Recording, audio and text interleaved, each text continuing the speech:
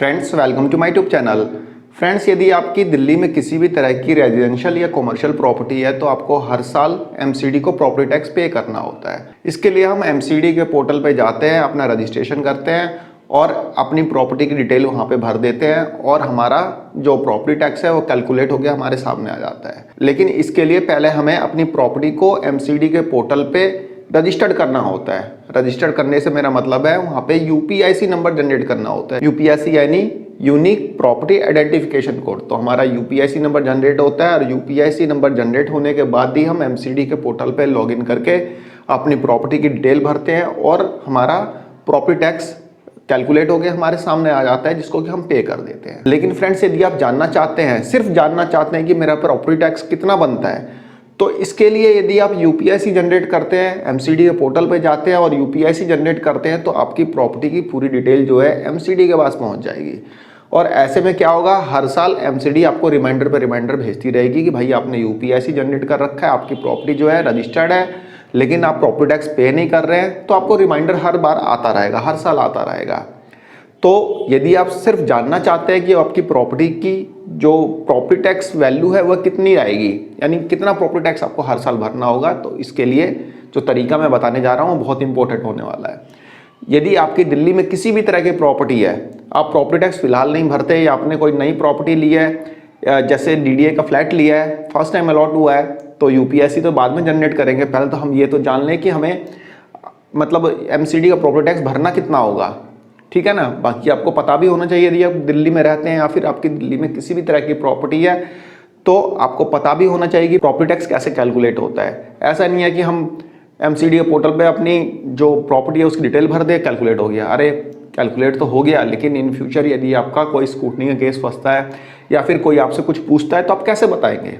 आपको पता होना चाहिए ना कि कैसे कैलकुलेट किया जाता है। तो आज की वीडियो में हम बहुत ही आसान तरीके से अपना प्रॉपर्टी टैक्स कैलकुलेट करना सीखेंगे, ताकि इन फ्यूचर या कभी भी कोई आपसे पूछे कि प्रॉपर्टी टैक्स कैसे कैलकुलेट होता है तो आप बता सके।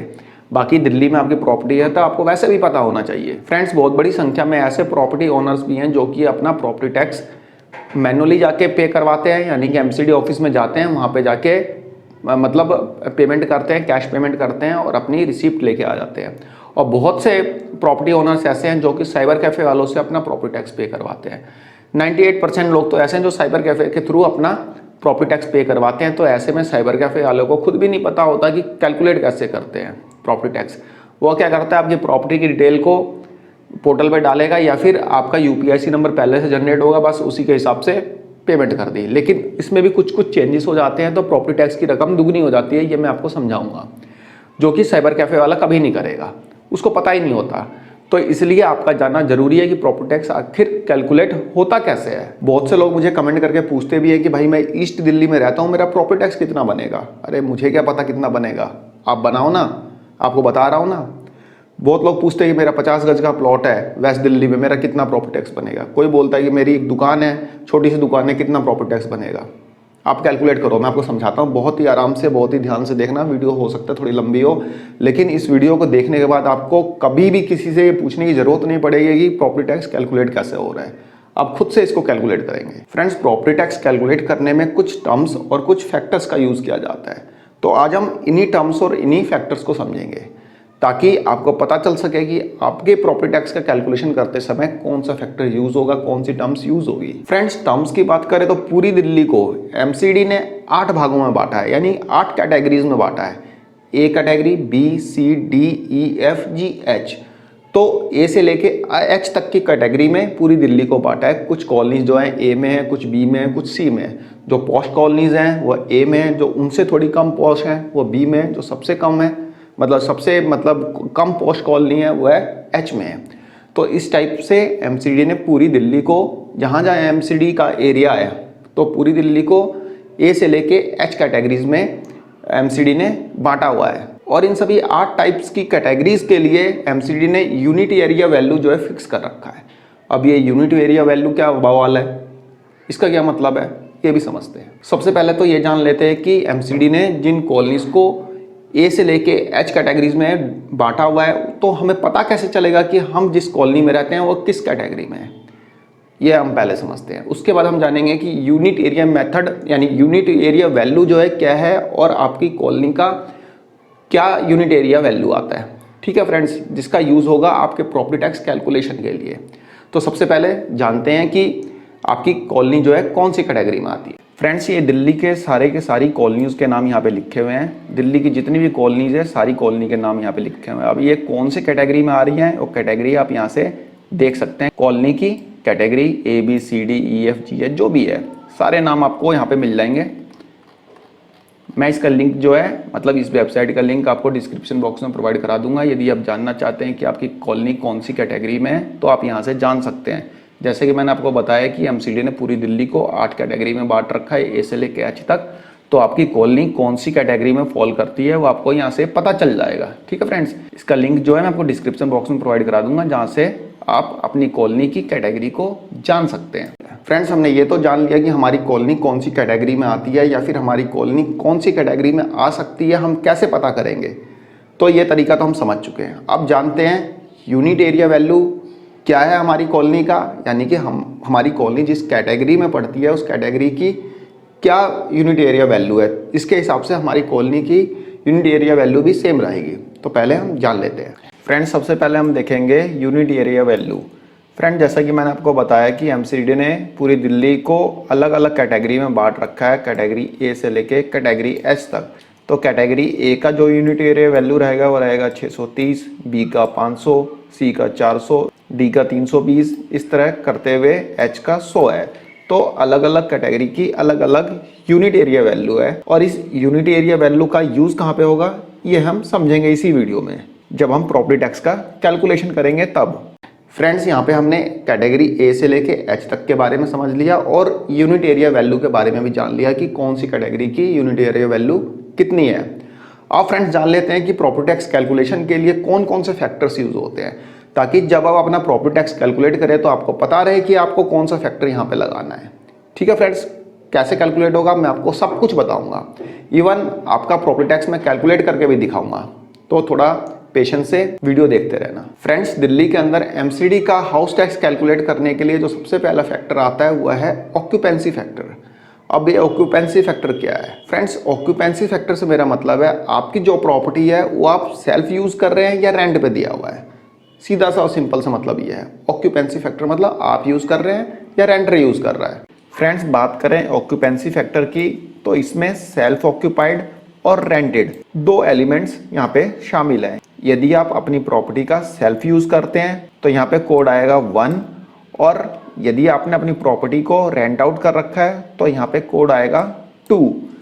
तो फ्रेंड्स, इन कोड का यूज कैसे करना है प्रॉपर्टी टैक्स कैलकुलेशन में ये हम इस वीडियो में आगे समझेंगे, जब मैं आपको प्रॉपर्टी टैक्स को कैलकुलेट करके दिखाऊंगा। फ्रेंड्स, प्रॉपर्टी टैक्स कैलकुलेट करने के लिए नेक्स्ट फैक्टर जो यूज होता है वह होता है एज फैक्टर। एज फैक्टर से मेरा मतलब है आपका घर या आपका अपार्टमेंट या आपकी दुकान या आपकी कोई भी प्रॉपर्टी, उसका कंस्ट्रक्शन कब हुआ है उसकी एज जानने के लिए। मतलब 97 में हुआ है, 98 में हुआ है, 2001 में हुआ है, 2014 में हुआ है। तो बेसिकली इसका एज जानना है कि आपकी प्रॉपर्टी की एज कितनी है। तो एज फैक्टर भी एक मेन फैक्टर यहाँ पे है प्रॉपर्टी टैक्स कैलकुलेशन में जिसका यूज होता है।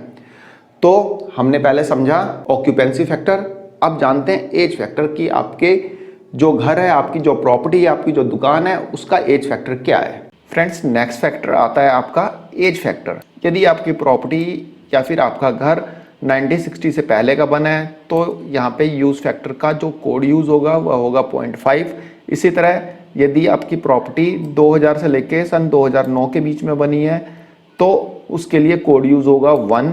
यदि आपकी प्रॉपर्टी 2010 से 2019 के बीच में बनी है तो उसके लिए कोड यूज होगा 1.1। यदि आपकी प्रॉपर्टी 1980 से लेके 89 के बीच में बनी है तो उसके लिए कोड यूज होगा 0.8। और यदि आपकी प्रॉपर्टी 2020 के बाद बनी है तो उसके लिए कोड यूज होगा 1.2। तो इन कोड्स का यूज हम कहाँ पे करेंगे, कैसे करेंगे, ये हम इस वीडियो में समझेंगे जब हम प्रॉपर्टी टैक्स का कैलकुलेशन करेंगे तब।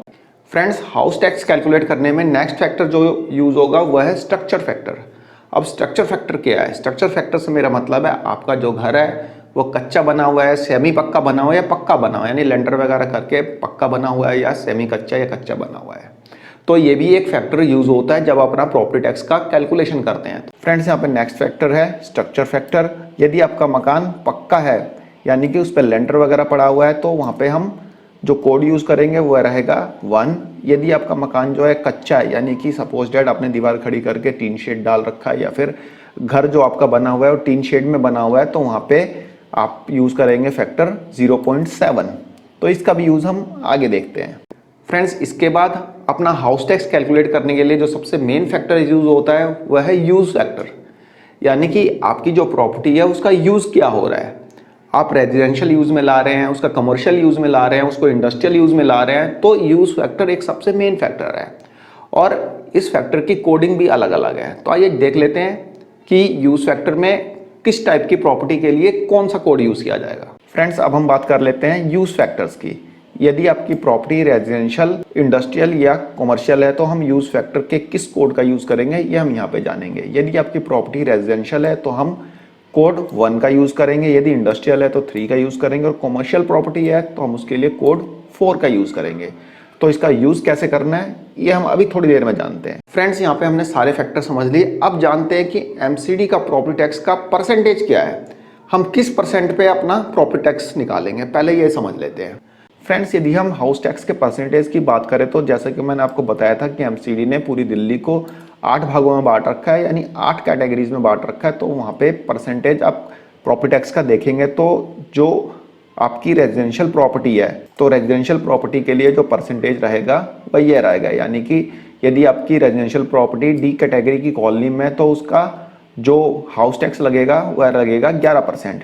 ठीक है फ्रेंड्स, तो हाउस टैक्स इन दिल्ली यहाँ पे लिखा हुआ है, यहाँ पे रेजिडेंशियल नहीं लिखा हुआ, रेजिडेंशियल प्रॉपर्टी का बेसिकली मैं रेजिडेंशियल लिखना भूल गया तो यहाँ पे रेजिडेंशियल आप समझ लेना। ठीक है, यदि आपकी प्रॉपर्टी जो है एफ कैटेगरी में यानी एफ कैटेगरी की कॉलोनी में तो यहाँ पे आपका जो हाउस टैक्स लगेगा वो 7% लगेगा। यदि आपकी कॉमर्शियल प्रॉपर्टी है तो आपकी कैटेगरी वाइज यह परसेंटेज आपको कैलकुलेट करना पड़ेगा अपना प्रॉपर्टी टैक्स कैलकुलेट करते समय। और यदि आपकी प्रॉपर्टी इंडस्ट्रियल प्रॉपर्टी है तो उसका परसेंटेज ये रहेगा। तो फ्रेंड्स ध्यान रहे, कैटेगरी ए से लेके एच तक ये आपकी रेजिडेंशियल प्रॉपर्टी का परसेंटेज, ये आपकी कॉमर्शियल प्रॉपर्टी का परसेंटेज और यह है आपके इंडस्ट्रियल प्रॉपर्टी का परसेंटेज हाउस टैक्स कैलकुलेट करने में। ठीक है फ्रेंड्स हमने ये तो जान लिया कि किस टाइप की प्रॉपर्टी पे कितना परसेंट प्रॉपर्टी टैक्स पे करना है, लेकिन वो परसेंटेज निकालेंगे किस वैल्यू का, किस अमाउंट का परसेंटेज निकालेंगे। तो पहले तो हमें वो अमाउंट पता करना है, उसके बाद हम उस पर परसेंटेज लगा देंगे, उतना प्रॉपर्टी टैक्स आपका बन जाएगा। उसके बाद जो भी रिबेट वगैरह होती है वह लेस करके हमारा प्रॉपर्टी टैक्स की फाइनल फिगर जो है हम निकाल लेते हैं। तो सबसे पहले फाइंड आउट करते हैं कि वो अमाउंट क्या है जिसपे परसेंटेज हमें लगाना है। भाई कॉमर्शियल, इंडस्ट्रियल और रेजिडेंशियल का आपको परसेंटेज तो पता चल गया, लेकिन अमाउंट क्या है वह पहले समझते हैं। फ्रेंड्स परसेंटेज निकालने के लिए सबसे पहले हमें अपनी प्रॉपर्टी की एनुअल वैल्यू निकालनी होगी। और ये एनुअल वैल्यू कैसे निकलेगी पहले ये समझते हैं। तो एनुअल वैल्यू कहाँ से निकालेंगे फ्रेंड्स, एनुअल वैल्यू निकालने का एक फॉर्मूला होता है, आप उसको ध्यान रखना। सबसे पहले कवर्ड एरिया, यानी कि आपकी प्रॉपर्टी का कवर्ड एरिया स्क्वायर मीटर में आपको पता होना चाहिए। आपका कवर्ड एरिया आपकी प्रॉपर्टी के पेपर में लिखा होगा, यानी जो डॉक्यूमेंट्स होंगे, आपकी रजिस्ट्री होगी, आपकी पावर ऑफ अटॉर्नी होगी, आपकी कन्वेंस डीड होगी, आपका पोजेशन लेटर होगा, कुछ भी हो वहाँ पे आपकी प्रॉपर्टी का कवर्ड एरिया लिखा होगा।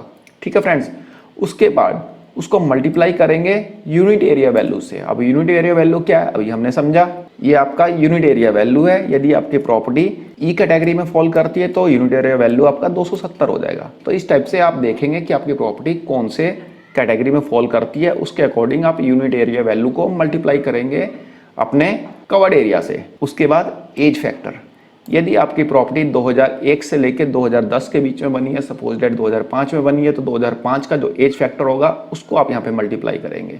सपोज 2005 का एज फैक्टर आप देख लीजिए यहाँ पे क्या है, 2000 से लेकर 2009 के बीच में जो एज फैक्टर आएगा वो आएगा 1, तो हम वहाँ पे कोड लिख देंगे 1 से मल्टीप्लाई करेंगे। ठीक है फ्रेंड्स, अब बात आ जाती है स्ट्रक्चर फैक्टर की, यानी यदि आपकी प्रॉपर्टी में जो स्ट्रक्चर है वो पक्का है या कच्चा है तो उसके अकॉर्डिंग आप कोड यूज़ करेंगे। जैसे कि यहाँ पे मेरी प्रॉपर्टी में जो स्ट्रक्चर है वो पक्का है तो मैं कोड 1 यूज़ करूँगा, 1 से मल्टीप्लाई करूँगा।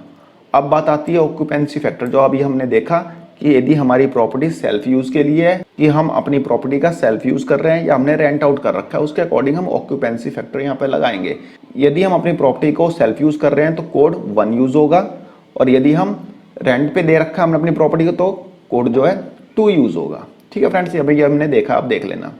अब बात आती है यूज फैक्टर, यानी कि आपकी प्रॉपर्टी जो है वह कॉमर्शियल यूज हो रही है, इंडस्ट्रियल यूज हो रही है, रेजिडेंशियल यूज हो रही है, उसके अकॉर्डिंग आप यहाँ पे फैक्टर से मल्टीप्लाई कर देंगे जो उसका कोड होगा। ठीक है, देख लेते हैं क्या है यहाँ पे कोड। ये रेजिडेंशियल प्रॉपर्टी का 1 है, इंडस्ट्रियल का 3 है, कॉमर्शियल का 4 है, तो उसके अकॉर्डिंग आप यहाँ पे मल्टीप्लाई करेंगे। तो इन सभी एलिमेंट्स को आप मल्टीप्लाई करेंगे तो आपकी एनुअल वैल्यू निकल जाएगी, और एनुअल वैल्यू जो निकल जाएगी उस पर हमें परसेंटेज निकाल देना है, टैक्स रेट जो अभी हमने यहाँ पे समझा है। टैक्स रेट जैसे कि आप देख सकते हैं, रेजिडेंशियल का ये है, कॉमर्शियल का ये है और इंडस्ट्रियल का ये है, तो उस पर हम परसेंटेज निकाल देंगे। ठीक है फ्रेंड, जैसे सपोज डेट मेरा एनुअल वैल्यू आती है 50,000, तो 50,000 यदि मेरी एनुअल वैल्यू आती है और मेरी प्रॉपर्टी पड़ती है डी कैटेगरी में, उसका 11% निकाल देंगे, हमारा प्रॉपर्टी टैक्स हमारे सामने आ जाएगा। तो एनुअल वैल्यू का हम परसेंटेज निकालने के बाद हमारा प्रॉपर्टी टैक्स की फिगर हमारे सामने आ जाएगी। उसमें हम 10% लमसम रिबेट घटा देंगे, यानी कि जो 30 जून से पहले प्रॉपर्टी टैक्स पे करता है उसको 10% की रिबेट मिलती है, वो हम लेस कर देंगे। उसके बाद जो फीमेल को मिलने वाली 30% की रिबेट होती है वो हम लेस कर देंगे। यदि आपकी प्रॉपर्टी जो है किसी फीमेल के नाम से है, लेडीज़ के नेम से है, तो वहाँ पे आपको 30% की रिबेट मिलती है। 1% उसमें एजुकेशन सेस ऐड कर देंगे, और 2% हमें ऑनलाइन पेमेंट पे एक रिबेट मिलती है यदि आपकी प्रॉपर्टी टैक्स का अमाउंट 10,000 रुपये तक होता है। तो यानी कि यदि आपका प्रॉपर्टी टैक्स सपोज डेट 5,000 रुपये बनता है तो उस पर 2% ऑनलाइन पेमेंट के लिए उसमें रिबेट मिलती है। यदि आप ऑफलाइन करते हैं तो वो रिबेट आपको नहीं मिलेगी। तो ये सब चीज़ें आप लेस कर देंगे तो आपका प्रॉपर्टी टैक्स की फाइनल फिगर निकल के आपके सामने आ जाएगी आफ्टर रिबेट। ठीक है फ्रेंड्स, यहाँ पे हमने अपनी प्रॉपर्टी की एनुअल वैल्यू निकालना सीख लिया है। अब चलते हैं अपनी प्रॉपर्टी का हाउस टैक्स कैलकुलेट करते हैं। अब एक एग्जांपल से समझ लेते हैं। एग्जांपल है, सपोज दैट मेरे पास घर है 50 स्क्वायर मीटर का, लगभग 60 गज का मेरा प्लॉट है, यानी कि घर बना हुआ है मेरा विजय विहार में, दिल्ली के विजय विहार में बना है, और 3 फ्लोर का बना है।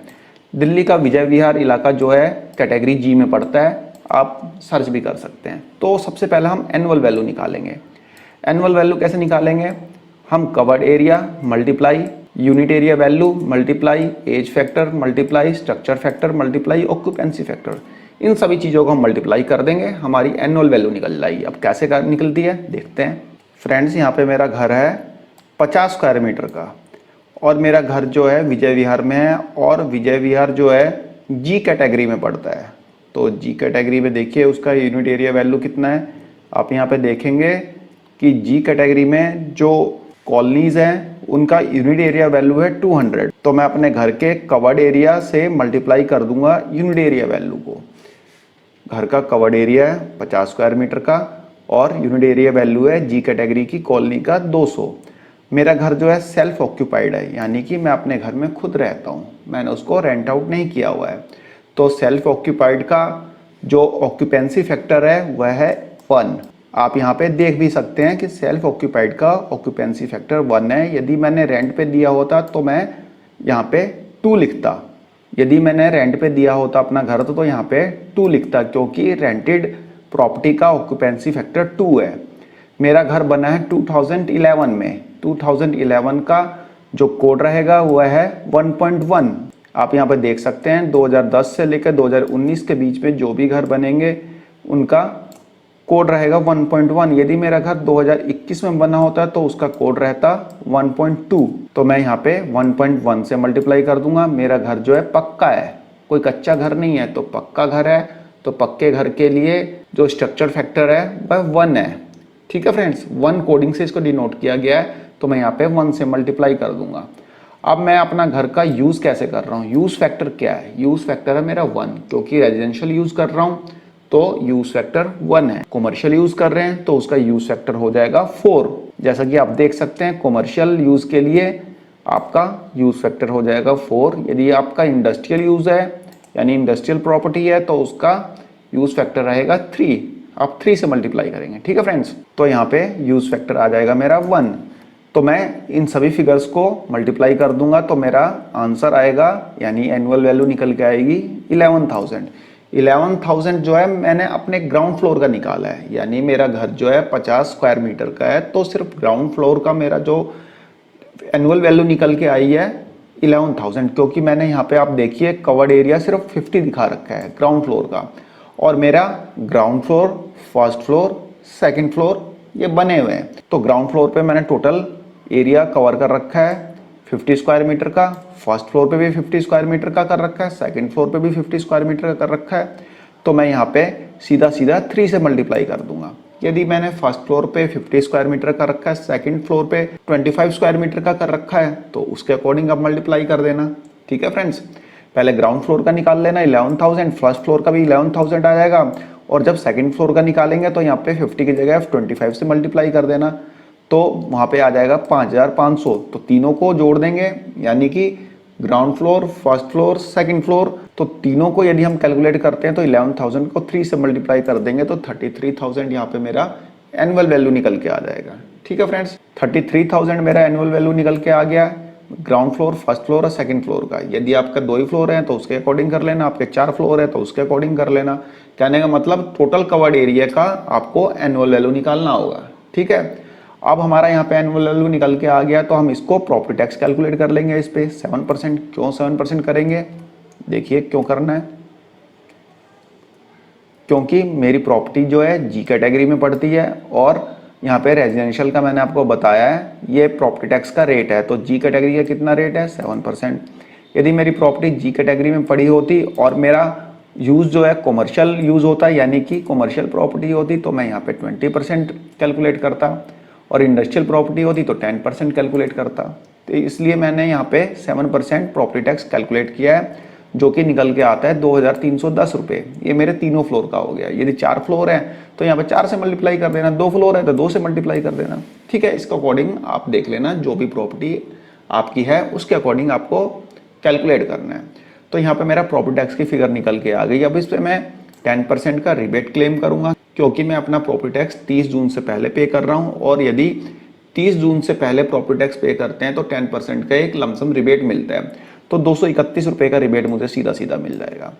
और यदि मेरी प्रॉपर्टी फीमेल के नाम से है, सपोज मेरी वाइफ या मेरी मदर के नाम से, तो वहाँ पे मुझे 30% का रिबेट और मिल जाएगा, यानी कि 693 रुपये का रिबेट और मिल जाएगा। ठीक है फ्रेंड्स, 1% एजुकेशन सेस जुड़ जाएगा, जैसे कि मैंने यहाँ पे आपको ऊपर बताया भी है कि 1% एजुकेशनल सेस ऐड हो जाता है। और यदि मैं अपने प्रॉपर्टी टैक्स का पेमेंट ऑनलाइन कर रहा हूं तो 2% का रिबेट और मिल जाएगा, यदि मेरे प्रॉपर्टी टैक्स का अमाउंट 10,000 तक है तो। यदि 10,000 से ज़्यादा है तो रिबेट नहीं मिलेगा। ठीक है, तो यहाँ पे मेरा प्रॉपर्टी टैक्स का अमाउंट कितना निकल के आ रहा है 2,310 रुपये, और इस पर रिबेट जो मिलेगी उसको लेस करने के बाद तो और कम हो जाएगा। तो मेरा प्रॉपर्टी टैक्स का अमाउंट जो है 10,000 से कम आ रहा है, तो इसलिए मैं ऑनलाइन पेमेंट करूंगा तो मुझे 2% की रिबेट और मिल जाएगी। यदि मैं ऑफलाइन करूंगा तो वह रिबेट मुझे नहीं मिलेगी। तो फ्रेंड्स, इस टाइप से कैलकुलेट करना है आपको अपना प्रॉपर्टी टैक्स। आई होप आपको यहाँ पे समझ में आ गया होगा कि आपको अपने हाउस टैक्स का कैलकुलेशन कैसे करना है। Friends, house tax property tax एक ही बात है। फ्रेंड्स, यहाँ पे हमने अपनी प्रॉपर्टी का प्रॉपर्टी टैक्स कैलकुलेट करना सीख लिया है। कोई आपसे पूछे तो आप अब आराम से बता सकते हैं कि आपको अपनी प्रॉपर्टी का हाउस टैक्स निकालना कैसे है। फ्रेंड्स, गवर्नमेंट भी बड़ी चालाक होती है, वह परसेंटेज नहीं बढ़ाती, यानी कि जो रेट फिक्स कर रखा है प्रॉपर्टी टैक्स का वह बढ़ाती नहीं है, वह क्या करती है फैक्टर में चेंज कर देती है। जैसे कि रेजिडेंशियल का यूज फैक्टर 1 है, उसको 1.25 कर देगी। जब मल्टीप्लाई आप एनुअल वैल्यू निकालने के लिए 1.25 से करोगे तो सीधी सी बात है आपका प्रॉपर्टी टैक्स अपना भी बढ़ जाएगा। तो गवर्नमेंट चालाक होती है, गवर्नमेंट आपसे सीधा डायरेक्ट रूप से आपका प्रॉपर्टी टैक्स नहीं बढ़ाती। लास्ट ईयर ऐसा ही हुआ था। बाकी आप प्रॉपर्टी टैक्स कैलकुलेट करना सीख ही गए हैं, तो इन फ्यूचर यदि कोई स्क्रूटनी का केस आता है या फिर किसी भी तरह का आप अपनी प्रॉपर्टी में चेंजेस करते हैं तो उसके अकॉर्डिंग आप अपने एमसीडी के जो हाउस टैक्स है उसमें भी आप उसको अपडेट कर देंगे, ताकि आपको इन फ्यूचर किसी भी तरह की कोई प्रॉब्लम का सामना ना करना पड़े। तो फ्रेंड्स, एक छोटी सी इंफॉर्मेशन थी, आई होप आपको पसंद आई होगी। धन्यवाद, नमस्कार।